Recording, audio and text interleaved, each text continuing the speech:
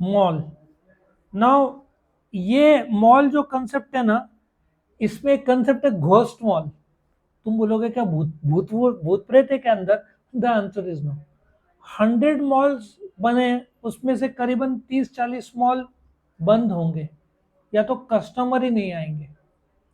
ये मैंने अनुभव किया था। वर्ल्ड का सबसे बड़ा मॉल, दुबई मॉल।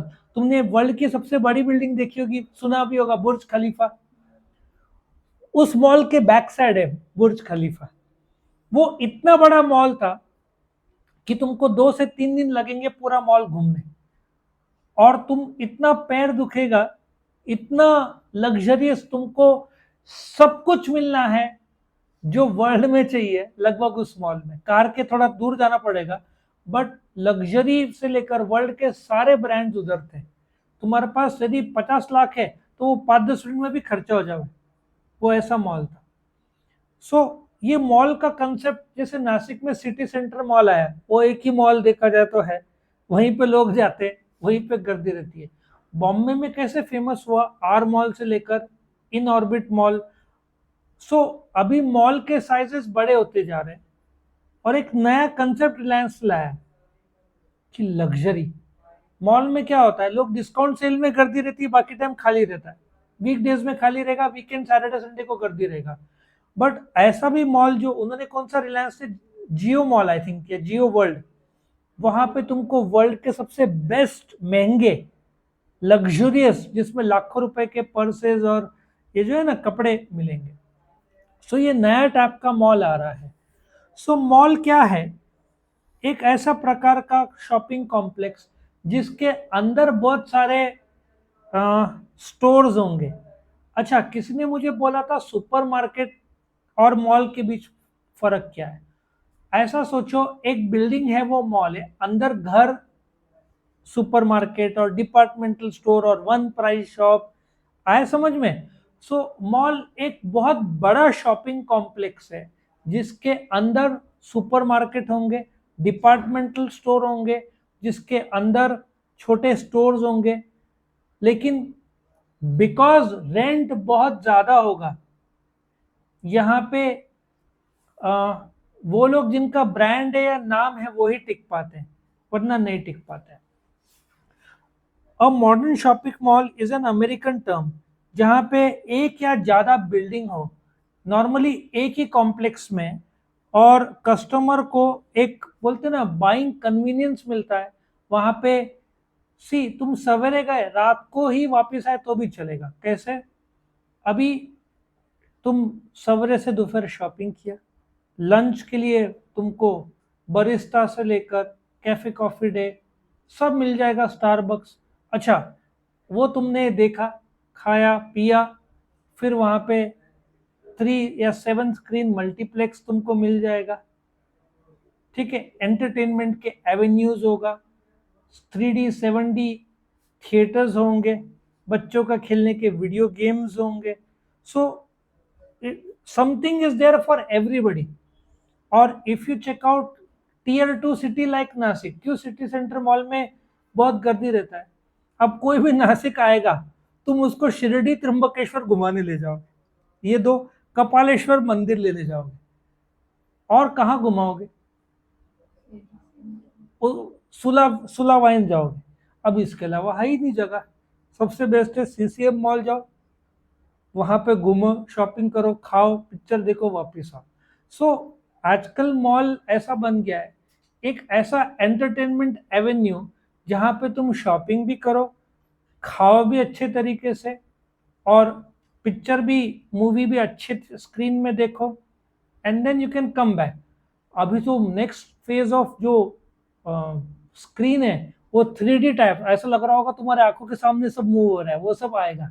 जैसे 3D चश्मा पहनते हो ना, वो तो पहनने की भी जरूरत नहीं पड़ेगी, वो रियल HD टाइप कंसेप्ट आने वाला है।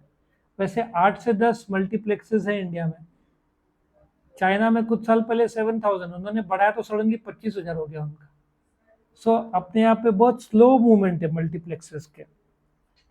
सो in the late 20th century, entertainment, movie theatres, restaurants, क्योंकि लोगों को ये चाहिए था, बॉम्बे में फिनिक्स मॉल तो मेरी गए होंगे, तो इन ऑर्बिट मॉल उन्होंने छोटे छोटे शुरू किए, then the mall became big and big and big.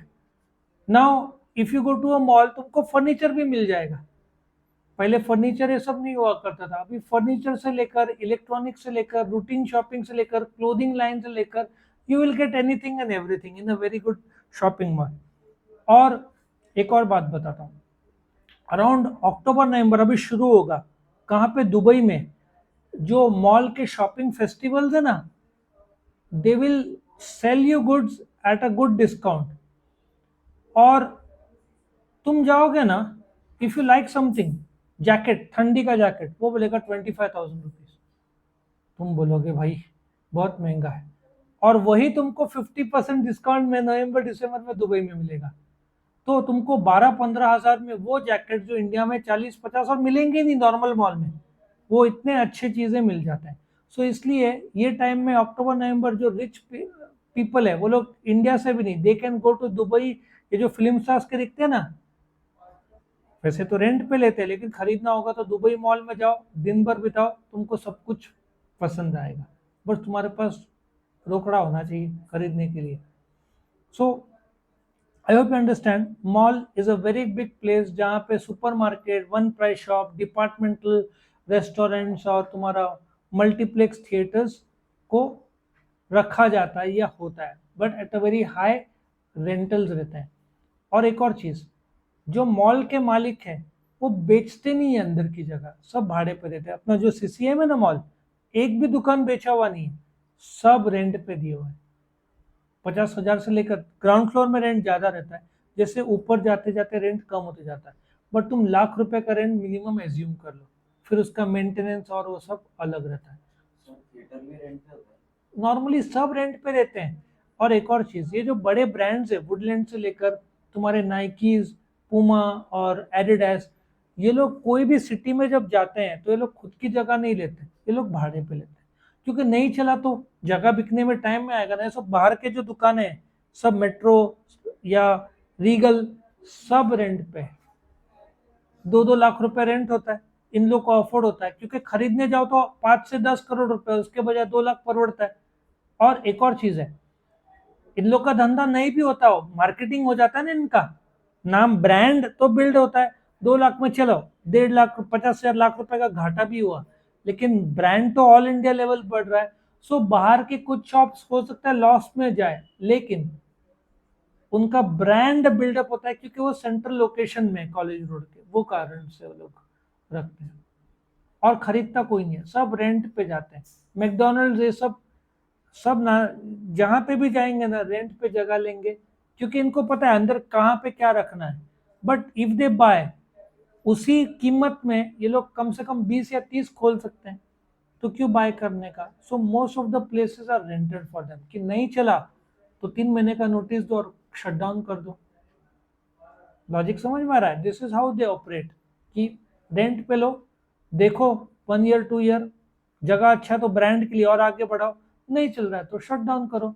तुम्हारा ज्यादा से रहा 1-2 साल का लॉस, लेकिन खरीद लिया तो तुम्हारा इन्वेस्टमेंट चला गया, लोन लिया था, ब्याज चालू है, वापस बेचने जाओगे तो बिकेगा नहीं, क्योंकि जो मेन जगह पे 4-5-10 करोड़ के जगह पे रहते हैं वो सिर्फ रईस लोग ले सकते हैं।